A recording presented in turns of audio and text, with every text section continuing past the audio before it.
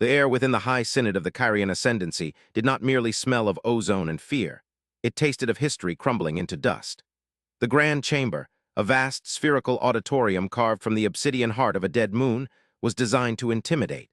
It was a place where empires came to kneel, where the light of 1,000 distant stars filtered through the crystalline dome overhead, casting long, fractured shadows across the tiered podiums of the ruling council. But today, the intimidation was not directed outward. It was internal, a suffocating blanket of dread that pressed down upon the shoulders of the greatest strategists and diplomats the galaxy had ever known. The silence that filled the hall was not the silence of peace.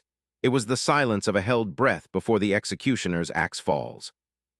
High Arbiter Vrox, his chitinous armor clinking softly against the polished stone of his dais, looked out over the assembly of representatives from the Galactic Coalition. He saw the tremor in the mandibles of the insected Klaxian ambassador. He saw the shifting, nervous bioluminescence of the aquatic Thalashan delegation. He saw the stoic, granite-like faces of the United Systems Defense High Command, though even they, warriors born of volcanic worlds, seemed to shrink in their seats. They were all looking at the central holographic projector, a massive column of coherent light that dominated the center of the room. It displayed a sector of space that should have been empty, a void between the spiral arms where the radiation was too intense for safe travel and the gravity wells too unstable for navigation. But the sector was not empty. The sensor readings, rendered in stark, terrifying crimson, showed a singularity of impossible mass moving with deliberate predatory slowness toward their position. It was not a natural phenomenon. The energy signature was artificial. It was rhythmic, structured, and overwhelming. It was the heartbeat of a machine so large that the sensors initially mistook it for a rogue planetoid, until the alloy composition readings came back, confirming refined tritanium, collapsed matter shielding, and a power core that rivaled the output of a small star. The designation on the screen blinked with a simple, unassuming tag that the Terran Union had transmitted hours ago, a name that carried no inherent threat in the universal translator but felt heavy on the tongue, laden with an arrogance that only humanity seemed capable of manifesting. The Justiciar. High Arbiter Vrox tapped a talon against his console, the sound echoing like a gunshot in the quiet room. He cleared his throat, the vocal synthesizers around his neck humming to life, translating his guttural clicks into the smooth, diplomatic trade tongue of the Coalition. "The readings have been verified 3 times, Vrox announced, his voice reverberating through the chamber. "There is no error in the telemetry. The Terran vessel has exited superluminal transit at the edge of the system. It is maintaining a holding pattern. It has not raised shields. It has not charged weapons. It simply waits." A murmur rippled through the assembly, a tide of anxious whispers. Strategist Kalen of the Velari Dominion stood up, his crimson robes rustling. Kalen was a hawk, a believer in the doctrine of the first strike, a veteran of the Silica Wars who saw every shadow as an assassin.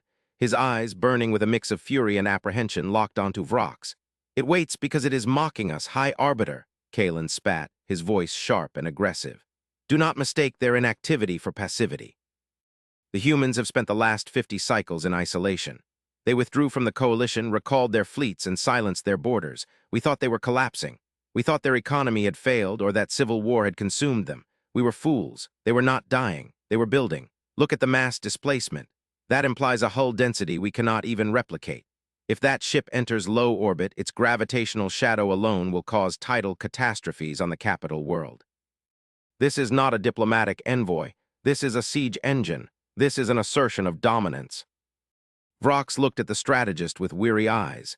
He had lived through the era of human expansion, a chaotic time when the bipedal apes from Sol had burst onto the galactic stage not with wisdom, but with a terrifying, infectious adaptability. They were soft, fleshy, short-lived creatures, yet they possessed a stubbornness that defied logic. They broke physics to go faster. They broke ethics to survive plagues. They broke the unwritten rules of galactic warfare by refusing to surrender even when mathematically defeated. And then they had vanished into their own territory, claiming they needed to reflect on their place in the universe. "And what would you have us do, strategist?" Vrox asked quietly. "Launch the fleet. The combined armada of the Coalition is Curran. TLY stationed in this system for the Centennial Parade. We have 70,000 warships, dreadnoughts, carriers, interceptors. And yet, the tactical simulation suggests that if we engage that single human vessel, our casualty projections are absolute." The word hung in the air, heavy and poisonous. Absolute, not high, not catastrophic. Absolute, total annihilation. The tactical AIs, ancient and infallible, had run the scenarios. They simulated the energy output of the Justiciar based on its passive emissions. The results were nonsense. The ship wasn't just generating power, it appeared to be tapping into the zero-point energy of the vacuum itself, acting as a conduit for forces that should not be harnessed by biological minds. To fire upon it would be akin to throwing a stone at a tsunami. Kalen slammed his fist onto his podium.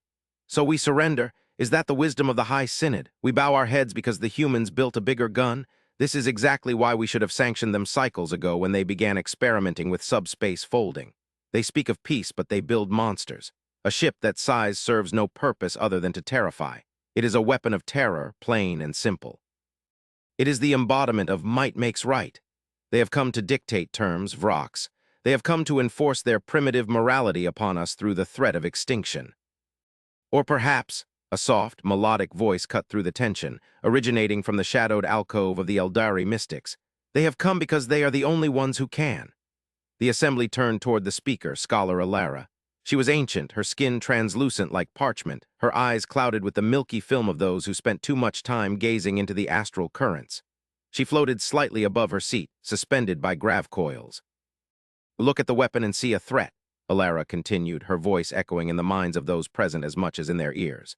I look at the void around it and see a burden. The humans are not conquerors in the traditional sense. They are engineers of the impossible. You ask why they built such a thing. You assume it is to kill you. But the humans have always been obsessed with concepts we find inefficient. Justice, redemption, sacrifice. Why build a ship the size of a moon? Not to destroy a planet. A simple antimatter bomb can do that. You build a ship of that magnitude to hold something back, or to carry something heavy.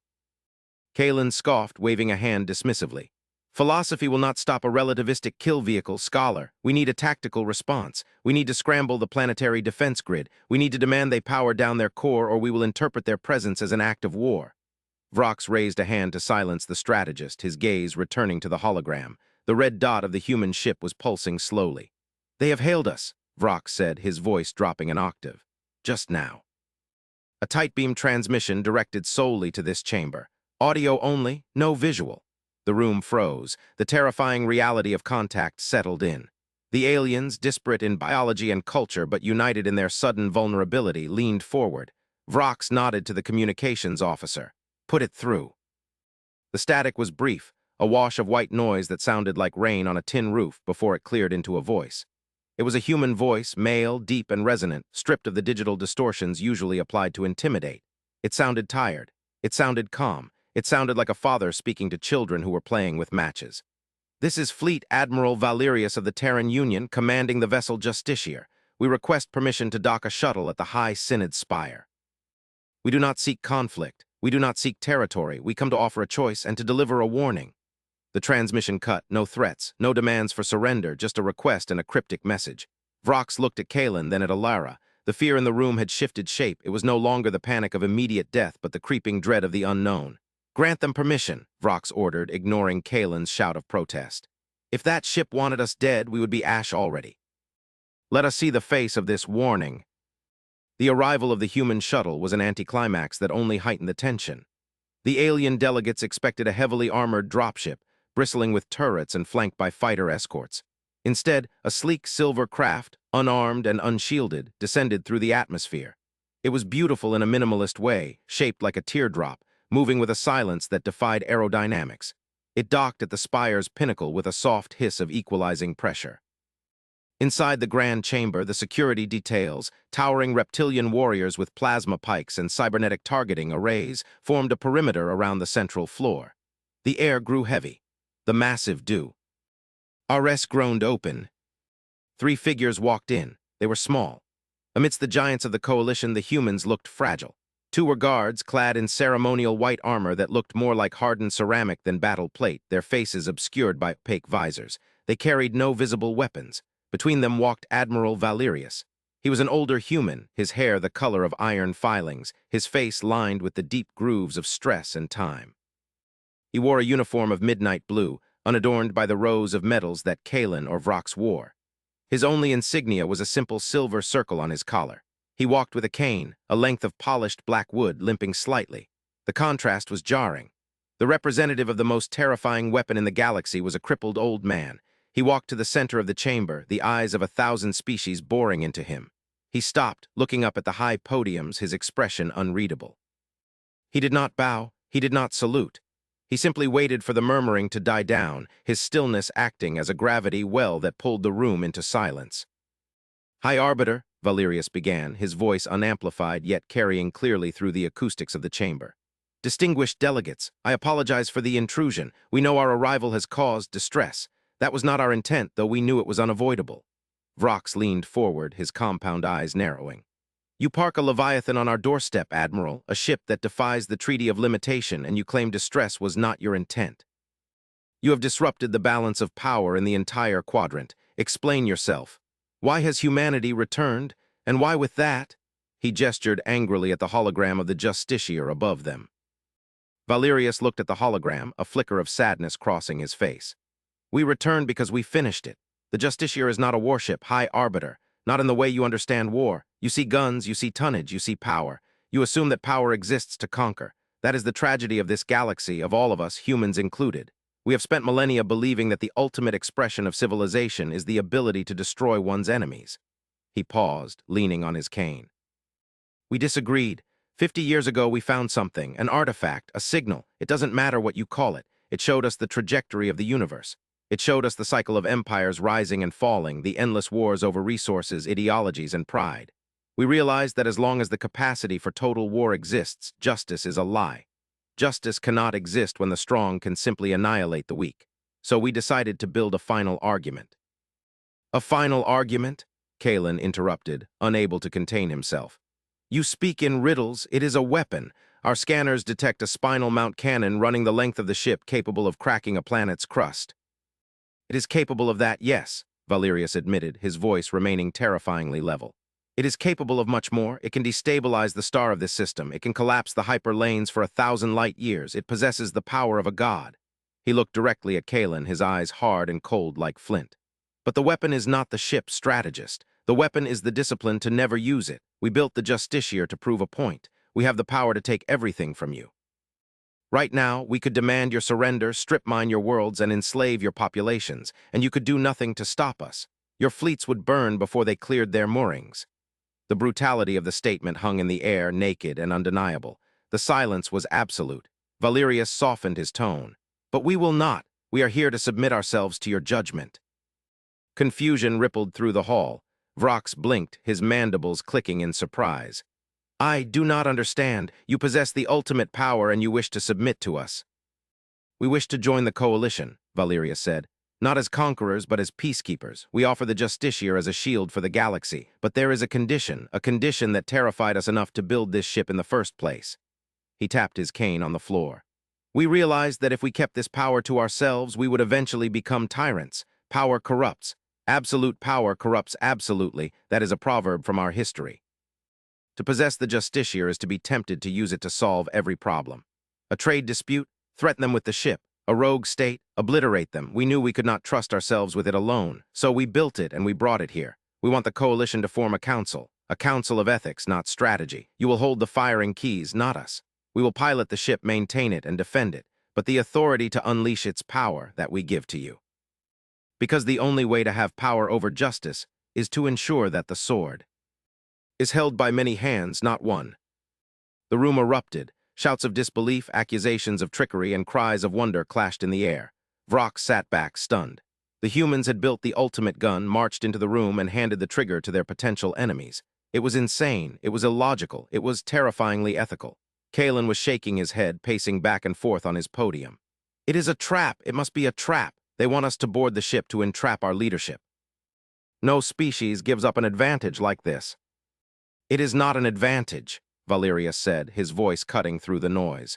"It is a burden, and you do not understand the urgency. We did not build this merely for philosophy. We built it because the others are coming." The noise died instantly. The word others was not a proper noun in any language, yet the way Valerius said it capitalized it. It gave it weight and teeth. "What others?" Vrox asked, a cold chill running down his spine. Valerius gestured to the hologram. The image changed. The view zoomed out, leaving the local star system, leaving the galaxy, panning out into the deep, dark intergalactic void. There in the blackness were shadows, faint distortion ripples that the coalition sensors had dismissed as background static or sensor ghosts, but the human enhancement algorithms clarified them. They were shapes, massive, organic, shifting shapes, swarms, billions of them, and they were moving toward the Milky Way. "We call them the Harvesters," Valerius said quietly. "We found their vanguard 50 years ago. That is why we went into isolation. We weren't hiding. We were preparing. They do not want territory. They do not want resources. They consume complexity. They feed on organized matter, civilizations, biospheres, tech bases. They are a cosmic immune response, wiping out life when it gets too loud." The scale of the projection was mind-numbing. The swarm was not a fleet. It was a tide. It spanned light years.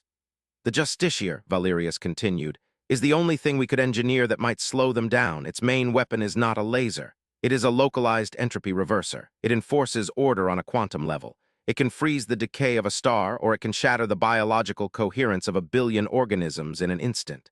It is a dam against the flood. But we cannot hold the dam alone. We need your fleets to protect the Justiciar's flanks. We need your resources to keep its core fed. We need your unity. We brought the ship to you not to threaten you, but to show you that your petty squabbles over trade routes and border planets are over. The war for survival has already begun." The hall was silent for a long time. The petty politics, the fear of the human warship, the arrogance of the strategists, it all seemed suddenly microscopic. Vrox looked at Valerius. He saw the exhaustion in the human's eyes. He realized that the limp was not from an injury, but from the crushing weight of knowing the sky was falling and having to hold it up alone for half a century. The humans hadn't been arrogant. They had been terrified, and in their terror they had done what humans always did. They built a machine to kill the monster under the bed.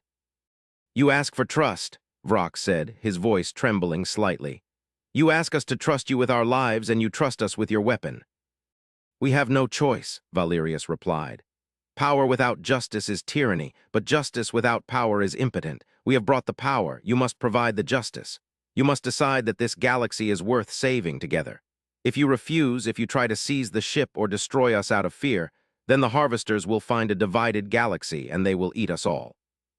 Kalen was silent. He looked at the swarm on the screen, then at the human admiral. The logic of the predator was gone. This was not a fight for dominance. It was a fight for existence. Slowly, the strategist lowered his head. "The Valeri Dominion acknowledges the threat," he rasped. "We will transmit our fleet codes to the Justiciar for integration." It was a small concession, but it broke the dam. One by one, the other delegates chimed in. The fear of the human weapon evaporated, replaced by the desperate need for it. Valerius nodded, a slow, solemn motion, but the story was not over. The atmosphere in the room shifted as the floor began to vibrate. It was a subtle, deep resonance that rattled teeth and blurred vision. The sensors on the walls screamed warnings. "Admiral," Vrox shouted, gripping his podium. "What is happening? Is the ship firing?" Valerius tapped his earpiece, his face going pale. "No," he said, his calmness cracking for the first time. "We are not firing. We are being hailed by the swarm." "From intergalactic space," Kalen shouted. "That's impossible. Communication lag would be millions of years." "They are not using radio," Valerius said, looking up at the dome of the chamber. "They are using gravity." The crystalline dome of the sanctum cracked. A spiderweb of fractures raced across the transparent material, not from an impact, but from the sheer gravitational stress of something massive pressing against the fabric of reality nearby. The hologram in the center of the room flickered and died, replaced by a raw feed from the Justiciar's external cameras. The view was of the space directly above the planet. Space was tearing open. It wasn't a hyperspace window, it was a wound. A rift of purple and black energy was widening, bleeding exotic particles into the system. And through the rift, something was emerging. It was not one of the organic ships Valerius had shown. It was a single entity, crystalline and geometric, a perfect tetrahedron the size of a continent. It pulsed with a light that hurt to look at. "They found us," Valerius whispered. "They didn't wait for us to come to the edge. They tracked the Justiciar's energy signature. They used it as a beacon." The realization hit the room like a physical blow. The humans, in building their ultimate weapon, had inadvertently lit a signal fire in the dark forest. The others hadn't just been migrating, they had been hunting. The ultimate warship was not just a shield, it was the lure. "Battle stations," Kalen roared, his warrior instincts finally finding a target he understood. All fleets engage that target, protect the planet. No, Valerius shouted, his voice booming with a command authority that froze the aliens. Do not engage. Conventional weapons will only feed it. It absorbs kinetic energy. That is a Proctor-class entity. It's a scout. If you shoot it, it learns your ballistics. If you laser it, it learns your frequencies. It is testing us. Then what do we do? Vrox cried, watching the massive tetrahedron descend. The sky outside the dome was turning a sickly violet. Clouds were being sucked upward into the rift. We demonstrate, Valerius said. He turned to his guards. Authorize Omega Protocol, unlock the core. Sir, one of the guards said, his voice shaking. Omega Protocol requires dual-key authorization from the Council. We just established it. They haven't. I'm authorizing it as the acting custodian of the Terran Union, Valerius snapped. There is no time for bureaucracy. Vrox, Kalen, Ilara, I need a quorum. I need 3 species to agree to the discharge. The Justiciar can erase that thing from existence, but the backlash will strip the atmosphere from this hemisphere if we don't modulate the shielding with your planetary grid. I need you to drop your planetary shields and link them to my ship. Now. It was a suicide order. Drop the planetary shields while an alien god descended. Trust the humans to create a composite barrier. It went against every instinct of survival. The room hesitated. The tetrahedron pulsed and a beam of anti-light struck the ocean 1,000 miles away. The impact didn't cause an explosion, it caused silence.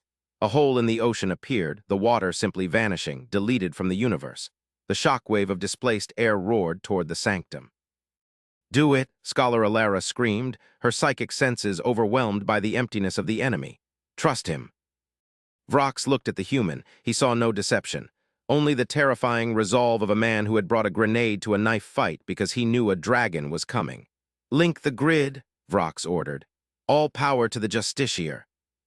Kalen slammed his hand on his console. Velari fleet, form a defensive screen around the human ship. Intercept any debris. Do not fire on the target. Defend the Justiciar with your lives. The collaboration was messy, desperate, and unprecedented. Data streams merged.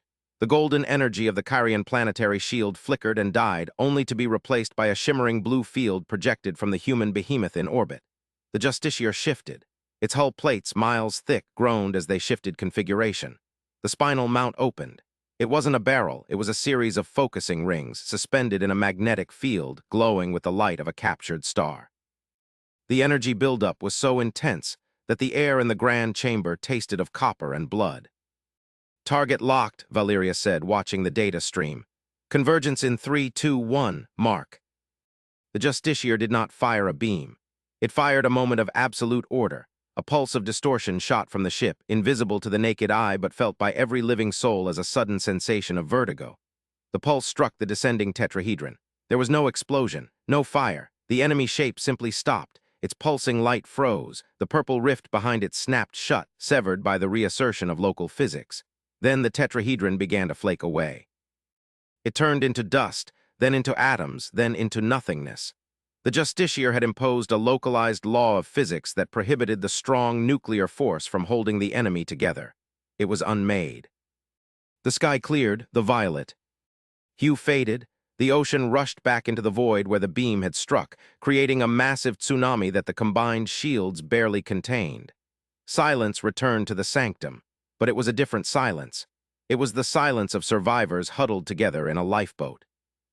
Valerius slumped, leaning heavily on his cane. He wiped a trickle of blood from his nose. The energy backlash had taken a toll on everyone connected to the neural link. The Justiciar hung in the sky, its lights dimmed, venting vast plumes of coolant into space. It looked less like a predator now and more like an exhausted guardian. Vrox slowly descended from his podium. He walked across the floor, his claws clicking on the stone, until he stood before the human admiral. He towered over Valerius, 8 feet of armored insectoid muscle against a frail, aging mammal. Vrox looked at the screen, where the empty space where the enemy had been remained. Then he looked down at Valerius. Power over justice, Vrox mused, his voice filled with a new kind of respect, tinged with horror. You have the power to unmake reality, and yet you waited, you risked your ship, you risked your people, you waited for us. Justice is not about what you can do, Valerius said softly, straightening his back. It is about what you must do together. We could have fired the moment we arrived. We could have saved the galaxy alone. But a galaxy saved by a tyrant is not saved, it is occupied. We needed you to choose to fight. We needed you to drop your shields and trust us. That was the weapon, High Arbiter, the trust. The Justiciar is just a tool to buy us time to build that trust. Kalen approached, his aggressive demeanor gone, replaced by the calculating look of a general assessing a new battlefield. "That was a scout," he said grimly. "You said that was a scout." "It was," Valerius nodded. "The swarm is still out there. They will see that their scout was deleted. They will understand that this galaxy has an immune system now. They will regroup. They will adapt, and they will come in force." "How long?" Ilera asked, floating down to join them. 10 years, maybe 20, Valerius estimated. "Enough time to build more ships, not just human ships. We have the blueprints, we have the core designs. We can fit the entropy drivers to your dreadnoughts, Kalen. We can integrate the sensor arrays into your crystalline networks, Alara. But we must do it as a single entity. The Terran Union is dead. The Kyrian Ascendancy, the Dominion, those names are history now. We are just the defenders of the Milky Way." The deep world-building of the galaxy had shifted in an hour.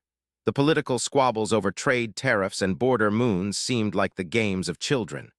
The revelation of the Justiciar had not been the climax. It had been the prologue.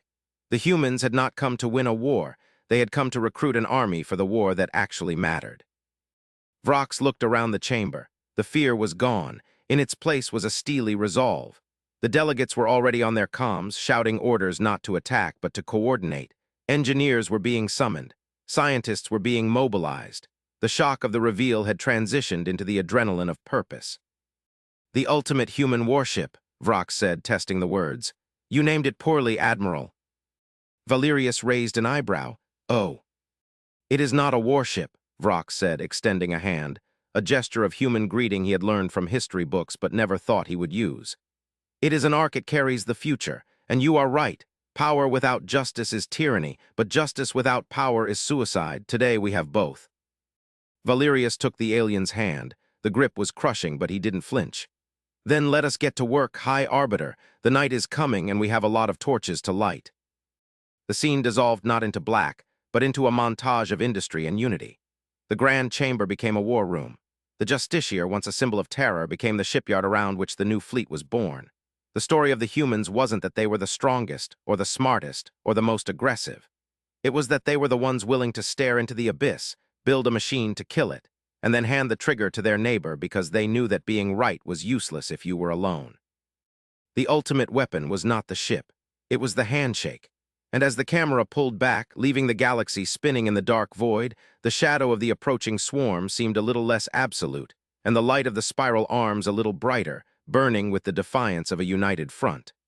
The humans had brought the gun, but the galaxy had found the will to aim it. And in the silence of space, the Justiciar stood watch, a silent judge, a terrible power, and the first line of a defense that would ring through the ages. The cycle of war for conquest was over. The war for survival had begun.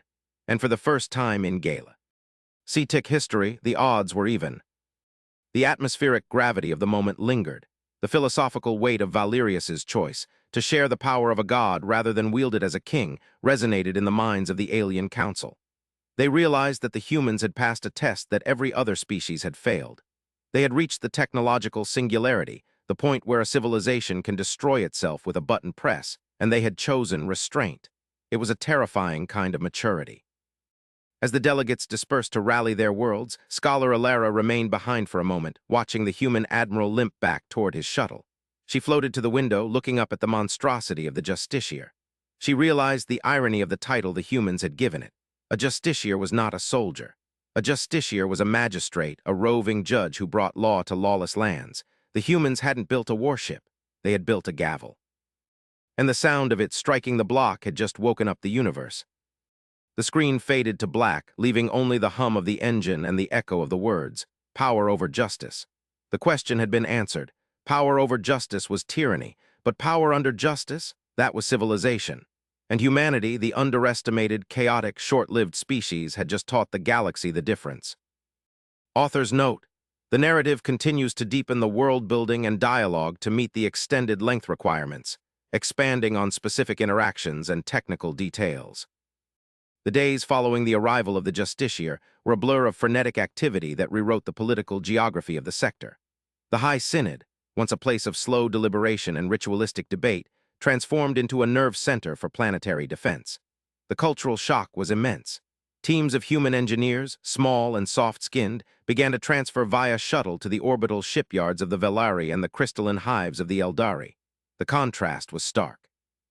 The Velari engineers were 7 feet tall, covered in thick ablative plates, accustomed to welding hull breaches with plasma torches in zero-G without suits. The humans arrived with tablets, holographic interfaces, and a strange, quiet intensity. On the flight deck of the Velari flagship Crimson Talon, strategist Kalen watched as a human technician, a woman named Commander Holloway, inspected the main drive core. Kalen was still grappling with the shift in his worldview. He had spent his life believing that strength was physical, that it was measured in armor thickness and megatonnage. Yet here was a creature who could be snapped in half by a Velari child, dismantling the intermix ratios of his antimatter drive with a casual efficiency that bordered on insult. "Your containment fields are bleeding efficiency," Holloway said, not looking up from her datapad. "You're losing 3% output to harmonic resonance. In a standard engagement, that doesn't matter. But if you want to mount a T-nullifier cannon, the smaller version of what the Justiciar has, you need that 3%, or the feedback will vaporize your ship." Kalen growled low in his throat. "That drive has served the Dominion for 40 cycles. It is a masterpiece of Velari engineering." Holloway looked up. Her eyes were green, tired, and utterly unimpressed by his aggression. "It's a good engine, strategist, for fighting other ships, but you're not fighting ships anymore. You're fighting entropy incarnate. The harvesters don't care about your armor. They care about your energy density. If you leak energy, you are food. We need to tighten the seals. We need to remodulate the phase variance. I can get you 8% more output, but I need you to authorize the removal of the safety interlocks on the magnetic constrictors." "Remove the safeties," Kalen barked. "That is madness the core could breach." "It won't breach if your crew maintains the rhythm I give them," Holloway said calmly. "Look, strategist, the Justiciar runs on the edge of catastrophe every second. That's how we get the power to bend physics. You want to kill gods, you have to be willing to bleed. Safety is a luxury you can't afford anymore." Kalen stared at her. He saw the same resolve he had seen in Valerius, a reckless, calculated courage. Humans were insane. They built their machines to run hot, to run fast, to break the rules, and they trusted their own reflexes to keep the explosion contained. It was a philosophy of war he had never considered. "Do it," Kalen grunted. "But if my ship explodes, I will haunt you." Holloway smirked, a quick flash of humor in the grim atmosphere. "If your ship explodes, Commander, I'll be just right alongside you. Hand me that spanner." Down on the planet within the archives of the Sanctum, High Arbiter Vrox and Admiral Valerius sat amidst towers of data crystals. The atmosphere here was quieter, but no less intense. They were mapping. The unknown. The humans had brought data on the harvesters' movement patterns, gathered by stealth probes sacrificed over the last decade. The Coalition had maps of the hyperlanes and the gravity wells of the inner rim. They were overlaying the two. "They follow lines of high stellar density," Valerius explained, tracing a line through a cluster of stars on the holographic map. "They eat stars, Vrox, not the whole star, just the photosphere. They strip the high-energy plasma and leave the core destabilized. It causes supernovas. That's how they move. They surf the shock waves." Vrox shuddered. The scale of it was nauseating. "We have colonies in the Valdez sector, 3 inhabited worlds, if they come through there." "They are already targeted," Valerius said gently. "The scout we destroyed, it was triangulating the Valdez sector. That's the breach point." Vrox looked at the human. "We cannot evacuate 3 worlds in time, billions of lives." "No," Valerius agreed. "We cannot evacuate them, so we have to hold the line there. The Valdez sector is a bottleneck. The nebula surrounding it disrupts FTL travel. They have to come through the corridor at sublight speeds before they can jump again. That is where we build the wall." "A wall," Vrox asked, "in space." "A minefield," Valerius corrected. "But not explosives. We use the Justiciar to fabricate singularity mines, micro-black holes held in stasis fields. When the swarm hits them, the fields collapse. It won't stop them, but it will thin the herd. It will force them to funnel into the engagement zone, and that is where we park the fleet."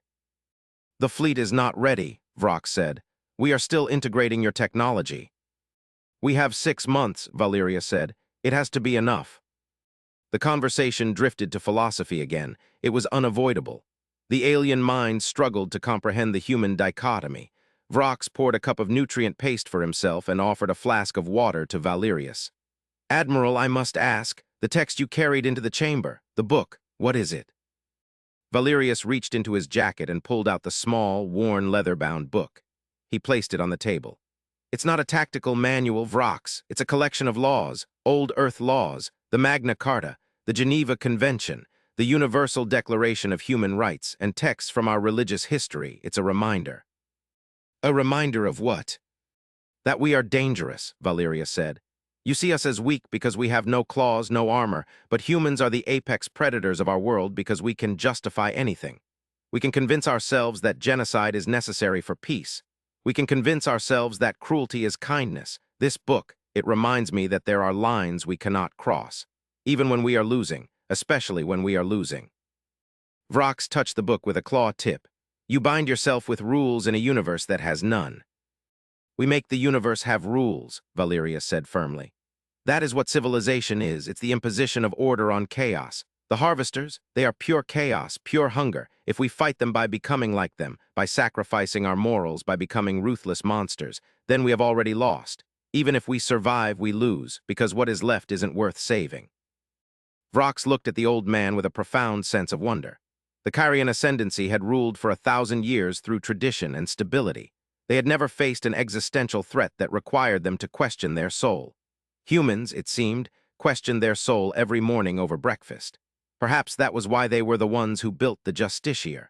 They were the only ones who didn't trust themselves with power, so they built a machine to enforce their own conscience.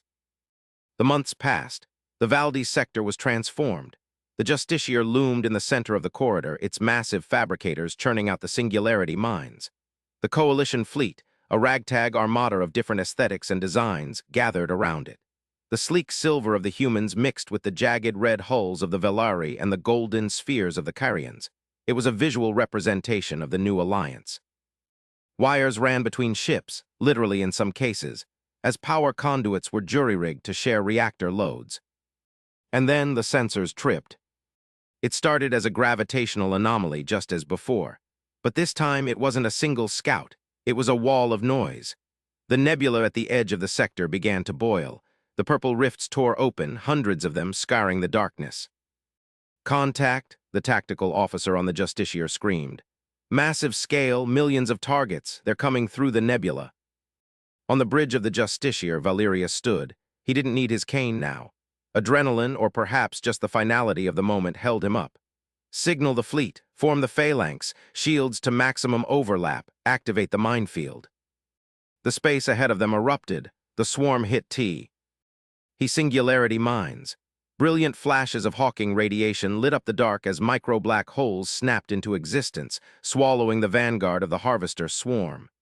Great swathes of the organic ships were crushed into infinite density, but more came behind them. They were like locusts, climbing over the dead bodies of their kin to reach the crop. "They are breaking through the minefield," Kalen's voice crackled over the comms. "Velari squadrons engage, pattern Delta 9 cut them apart." The battle was joined.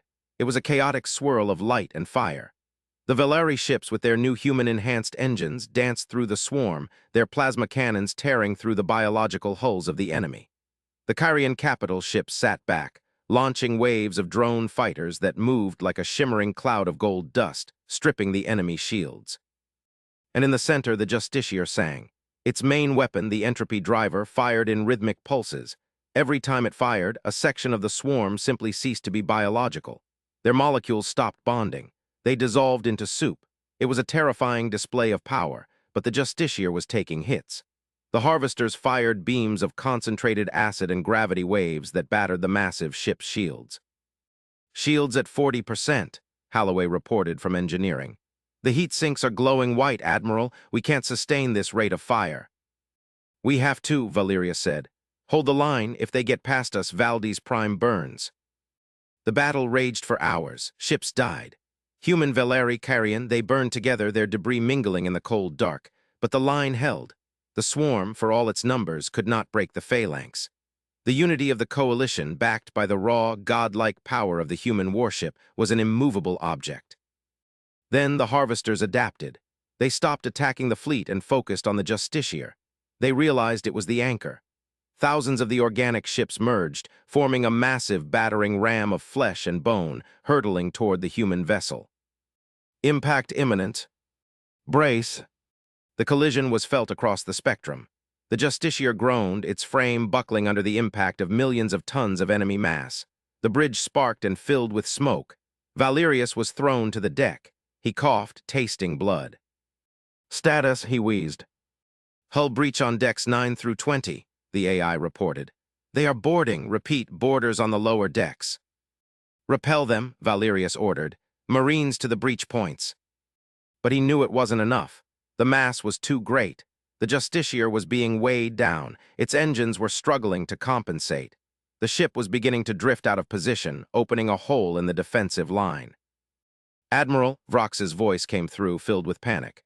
You are drifting, the line is breaking, you must disengage and regather. If we move, the swarm pours through, Valerius shouted back. We are the plug in the bottle, Vrox, we stay. You will be destroyed. Then we buy you time to collapse the corridor. Valerius looked at the tactical map. There was only one way to stop the main body of the swarm now, the Justiciar's core. The entropy driver could be inverted. Instead of projecting order, it could pull the entire sector into a state of stasis. A localized time freeze. It would trap the ship, the swarm, and everything in a light-year radius in a bubble of frozen time for 1,000 years. It was the ultimate sacrifice. The power over justice concept reached its zenith. To serve justice, the survival of the innocent, the power had to be used to end the wielder. Vrox, Valerius said, his voice calm again. Listen to me. I am initiating the stasis protocol. We are going to lock the door from the inside. No, Ilara's voice joined the channel. Valerius, that will trap you forever. You will be frozen in the moment of your death. Better that than let them through, Valerius said. Pull the fleet back, get a safe distance. You have 5 minutes. The realization dawned on the coalition. The humans were doing it again. They were escalating the sacrifice. Vrox wanted to argue, but he knew the math. He knew the logic. He gave the order. All ships, retreat, fall back to the secondary perimeter, salute the Justiciar. As the fleet pulled away, battered and bleeding, the Justiciar began to glow. Not with the angry red of weapons fire, but with a pure, blinding white light. The boarders fighting in the corridors froze. The harvester ships latching onto the hull slowed down. On the bridge, Valerius stood up. He adjusted his uniform. He picked up his cane. He picked up the book. He looked at the view screen, at the endless ocean of monsters trying to consume the future. Not today, he whispered. He pressed the key. The white light expanded. It didn't explode, it solidified. It washed over the swarm, over the debris, over the Justiciar. Everything it touched stopped. The fire stopped. Flickering, the debris stopped spinning. The harvesters stopped screaming.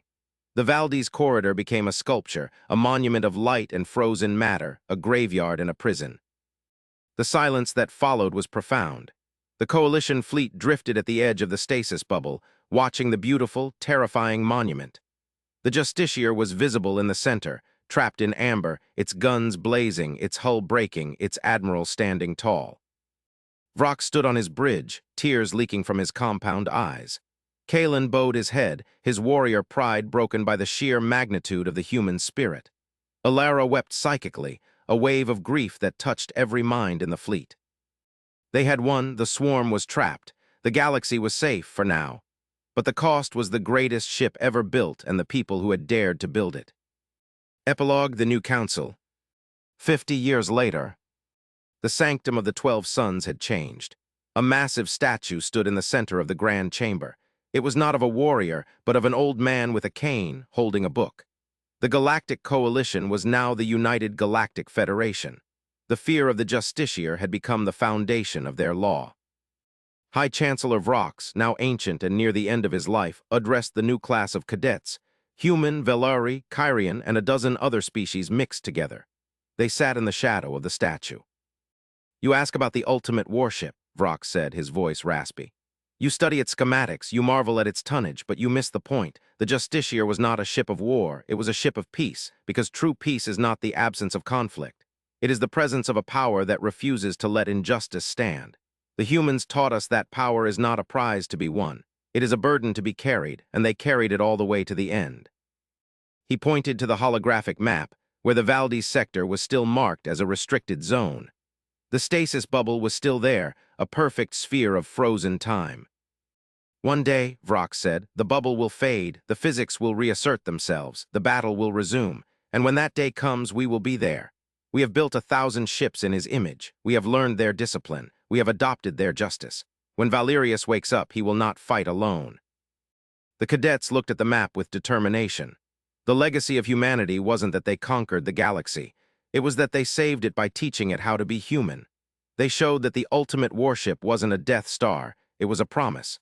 A promise that even in the face of the apocalypse, there is a line that will not be crossed and a shield that will not break. The galaxy spun on, safe in the shadow of the frozen Titan, waiting for the day the clock would start again. And in the heart of the Justiciar, in the timeless instant of the white light, Admiral Valerius waited, his hand on the book, his eyes on the dark, holding the door shut for just one more second so that the children of the stars could grow strong enough to hold it themselves.